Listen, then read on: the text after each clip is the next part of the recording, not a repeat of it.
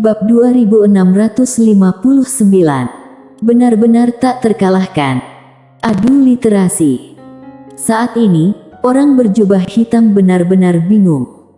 Apa yang baru saja terjadi? Dia bahkan tidak melihat bagaimana Mileye menghunus pedang, dan kemudian fisik tubuhnya hilang. Pada saat ini, pikirannya kosong. Mileye memandangi orang berjubah hitam yang hanya tersisa jiwanya, dan tersenyum ringan. Apakah ingin adu literasi? Orang berjubah hitam mengangguk dengan cepat. Saat ini, otaknya telah sadar. Dia tahu bahwa dia meremehkan kekuatan pria di depannya, dan dia sungguh meremehkannya. Mileye tersenyum dan berkata, "Beina yang milik akademiku, dia tidak ingin kembali sekarang. Kita harus menghormati keinginan dan kebebasannya. Bagaimana menurutmu?" Orang berjubah hitam ragu sejenak, lalu dengan gemetar berkata, "Apapun yang kamu katakan, itu saja." Mileye sedikit tidak puas. "Aku mencoba berunding denganmu, bukan mengancammu." Orang berjubah hitam diam. "Brengsek. Kalau kamu ingin masuk akal, bisakah kamu menarik pedang di atas kepala aku terlebih dahulu? Apakah ada logika seperti itu di dunia?" Mileye menambahkan, "Kita harus menghormati kebebasan pribadi setiap orang. Bagaimana menurutmu?" Orang berjubah hitam ragu sejenak, lalu berkata, "Bisakah kamu benar-benar bernalar?" Mileye mengangguk, "Ya. Jangan khawatir, meskipun aku membunuh banyak orang, pada dasarnya aku tidak membunuh secara acak. Kamu dapat yakin tentang ini." Orang berjubah hitam membeku. Mileye berkata, "Katakan." Setelah hening sejenak, orang berjubah hitam berkata, "Aku pikir kamu benar." Mileye bertanya dengan serius, "Benarkah?" Orang berjubah hitam mengangguk, "Benar." Mileye sedikit mengangguk, "Kalau begitu kamu kembali dan beritahu klan Yan bahwa Beina Yan sekarang adalah murid akademiku. Masalah apapun, klan Yan bisa langsung datang kepadaku." Orang berjubah hitam memandang Mileye dan tidak berbicara. Mileye tersenyum dan berkata, "Apakah ada masalah?" Orang berjubah hitam ragu-ragu sejenak, lalu berkata, "Bolehkah aku bertanya?" Mileye mengangguk, "Ya." Orang berjubah hitam berpikir sejenak, lalu berkata, "Ini urusan keluarga klan Yan, jadi tidak baik orang luar ikut campur, kan?" Mileye tertawa, "Dia adalah muridku sekarang." Orang berjubah hitam langsung berkata, "Dia adalah klan Yan dulu, dan sebagai anggota klan Yan, keluarga mengasuhnya, jadi dia juga harus bertanggung jawab kepada keluarga. Bagaimana menurutmu?" Mileye mengangguk, "Benar." Mendengar hal itu, orang berjubah hitam segera berkata, "Sebagai putri suci, dia harus mengabdi kepada dewa yang kami percayai. Tentu saja aku mengerti bahwa ini memang sedikit tidak masuk akal bagi dunia luar, tapi adat alam semesta yang berbeda memang lain. Bukankah kita harus menghormati adat dan budaya orang lain?" Mileye sedikit mengangguk, "Masuk akal." Orang berjubah hitam melanjutkan, "Aku datang mencarinya. Aku tidak mengatakan aku akan menyakitinya, tapi kamu tidak setuju dengan aku, dan langsung menghancurkan tubuh fisikku. Bukankah itu agak keterlaluan?" Mileye tersenyum dan berkata, "Kamu yang ingin adu seni bela diri. Tentu saja, aku akui pukulan aku agak berat, tapi aku benar-benar tidak tahu bahwa kamu sangat lemah. Aku tidak bermaksud untuk menghinamu. Aku benar-benar hanya melakukan sedikit usaha sekarang." Wajah orang berjubah hitam berkedut. Setelah hening sejenak, dia berkata, "Oke, ini salahku, aku ceroboh." Kemudian, dia melihat ke arah Mileye, "Kembali ke topik barusan, karena kamu menghormati adat dan budaya kami, bukankah seharusnya kamu membiarkan dia kembali bersamaku?" Mileye tertawa dan berkata, "Tidak." Orang berjubah hitam membeku, "Apakah kamu tidak masuk akal? Mileye tertawa berkata, bukan. Maksudku, setelah beberapa waktu, aku akan kembali bersamanya. Orang berjubah hitam memandang Mileye dan sedikit mengernyit. Yang mulia, apakah kamu tahu klan yang di utara alam semesta belantara? Mileye tersenyum sedikit. Apakah kamu mencoba memberitahuku bahwa kalian luar biasa? Orang berjubah hitam tampak tenang, tidak berani. Mileye tersenyum dan berkata, kembalilah dan beritahu ketua klan Yan bahwa aku akan membawa Beina Yan ke klan Yan di lain hari. Saat itu, klan Yan ingin berunding, maka aku akan berunding dengan kalian. Kalau kalian mau adu seni bela diri. Saat dia berbicara, dia sedikit tersenyum dan tidak berbicara. Orang berjubah hitam menatap Mileye, kalau adu seni bela diri, apa yang kamu inginkan? Mileye merentangkan telapak tangannya, pedang di atas orang berjubah hitam itu tiba-tiba berubah menjadi cahaya pedang dan jatuh ke tangannya. Dia berbalik dan menarik Beina Yan ke arah kereta. Aku tak terkalahkan, klan yang bisa melakukan apa saja diinginkan. Orang berjubah hitam. Di bawah tatapan orang berjubah hitam, kereta Mileye perlahan melaju ke kejauhan. Di tempat yang sama, orang berjubah hitam terdiam sejenak, lalu dengan lembut berkata, anak muda, kamu tidak tahu apa-apa tentang kekuatan klan Yan. Setelah berbicara, dia berbalik dan menghilang di ujung langit berbintang. Di gerbong, Beina Yan memandang Mileye, apakah kamu benar-benar akan pergi ke klan Yan bersamaku? Mileye mengangguk.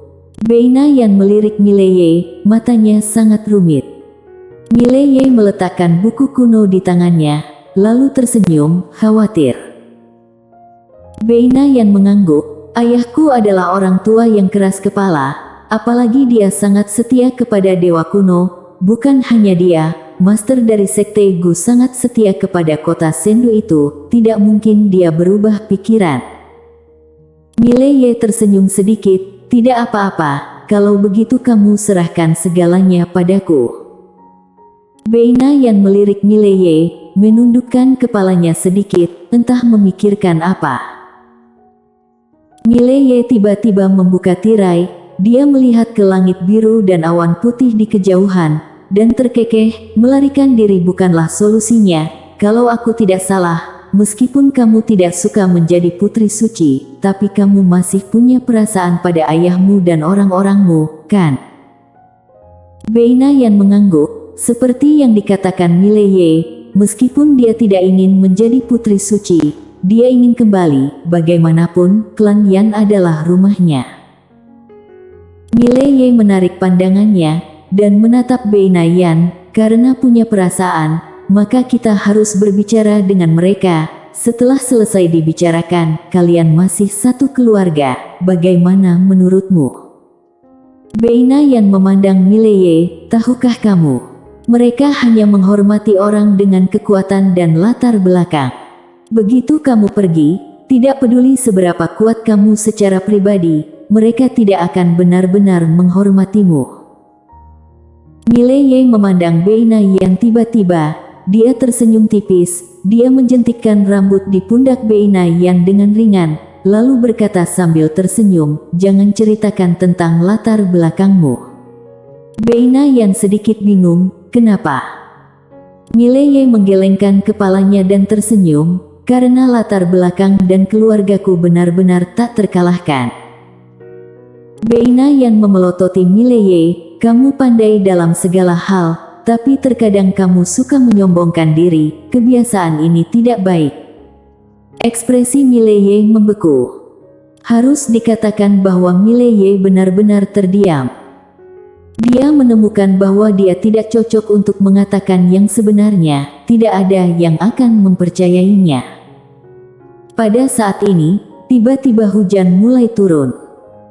Di luar gerbong, hujan semakin deras, dan Mileye tidak sedang membaca buku, melainkan sedang mengobrol dengan Beina Yan. Beina Yan duduk di samping Mileye, kepalanya bersandar ke jendela. dia memandang rintik hujan di luar jendela, dan berkata dengan lembut, "Aku tidak pernah sedamai ini." Saat dia mengatakan itu, dia tiba-tiba menoleh untuk melihat ke arah Mileye. "Aku tidak tahu kenapa, ketika aku berada di sisimu, aku tidak hanya merasa sangat damai, tapi juga merasa sangat aman." Mileye berkata dengan lembut, "Aku sudah punya seseorang yang aku suka." Beina Yan menatap Mileye, "Kalau begitu kenapa kamu masih menggodaku?" Mileye dengan cepat berkata, "Aku tidak." Beina Yan menatap langsung ke arah Mileye, "Itu salahmu juga." Mileye sedikit mengernyit, "Kenapa?" Beina Yan tiba-tiba menyandarkan kepalanya di bahu Mileye, dan berkata dengan lembut, "Kesalahanmu adalah kamu terlalu baik, dan kamu mencuri hati orang tanpa menyadarinya, dasar pencuri hati." Mileye berpikir sejenak, lalu bertanya, "Apakah aku sehebat itu?" Beina Yan sedikit mengangguk, "Kamu tampan, kaya, berpengetahuan luas, dan kuat, dan kultivator pedang, dengan latar belakang keluarga yang misterius dan kamu perhatian." Karena itu, dia menoleh untuk melihat Mileye. "Di alam semesta dewa, apakah ada pria yang lebih baik darimu?" Mileye berpikir sejenak, lalu berkata, "Itu seharusnya tidak ada." Beina Yan tiba-tiba tertawa, dan dia memutar matanya ke arah Mileye. "Satu hal lagi, kamu agak berkulit tebal." Mileye tertawa. Hujan semakin deras, kalau melihat keluar jendela, penglihatan menjadi kabur. Tidak lama kemudian, kereta berhenti tiba-tiba. Mileye melihat ke kejauhan, tidak jauh di depan gerbong, berdiri seorang lelaki tua memegang kipas lipat di tangannya. Orang tua ini tidak lain adalah ayah dari Stevie Lee, Lucas Lee. Mileye menoleh untuk melihat Beina Yan dan berkata sambil tersenyum, "Ayo turun." Beina Yan menggelengkan kepalanya, "Turun saja. Aku ingin membaca buku di sini." Mileye mengangguk, "Oke." Beina Yan memandangi Mileye yang sedang berjalan di kejauhan. Dia membentangkan telapak tangannya, dan sebuah jimat muncul di tangannya. Melihat Mileye di tengah hujan, mata Beina Yan berangsur-angsur kabur, seolah juga turun hujan, dan suaranya sekecil nyamuk, "Aku tahu kamu sangat cakap, tapi aku tidak bisa membiarkanmu pergi ke klan Yan denganku. Mungkin, klan Yan tidak sekuat yang ada di belakangmu, tapi aku tidak berani bertaruh. Aku benar-benar tidak berani bertaruh, karena kalau kamu kalah taruhan, kamu akan mati." Saat dia berbicara, air mata di matanya semakin besar seperti hujan di luar jendela. Beina Yan memandang Mileye di kejauhan, wajahnya penuh air mata, tapi dia tersenyum, "Akhir-akhir ini, aku merasa tidak masuk akal, karena aku tidak pernah berpikir bahwa aku akan jatuh cinta dalam waktu sesingkat itu. Tapi suka ya suka, itu benar-benar di luar kendali. Apa yang bisa aku lakukan?" Saat dia berbicara, senyumnya tiba-tiba menjadi pahit, "Tapi, kamu sudah memiliki seseorang yang kamu sukai." Pada saat ini, hatinya tiba-tiba terasa seperti ditusuk jarum. Ketika kamu mengatakan bahwa kamu memiliki seseorang yang kamu sukai, apakah kamu tahu betapa sakitnya hatiku saat itu?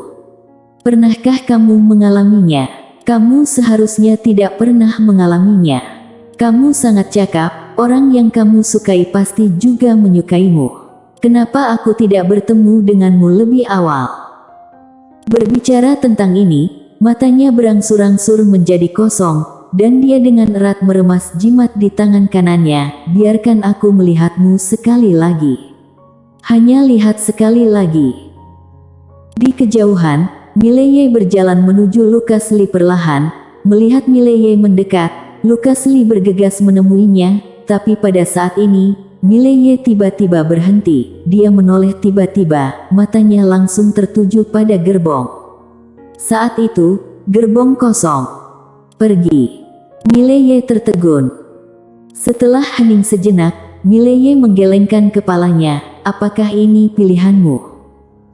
Setelah berbicara, dia berbalik dan berjalan menuju Lukas Lee. Karena itu adalah pilihan kamu, maka aku menghormati pilihan kamu. Dia mengurungkan niatnya untuk pergi ke Gunung Keramat Pelandian. Bersambung.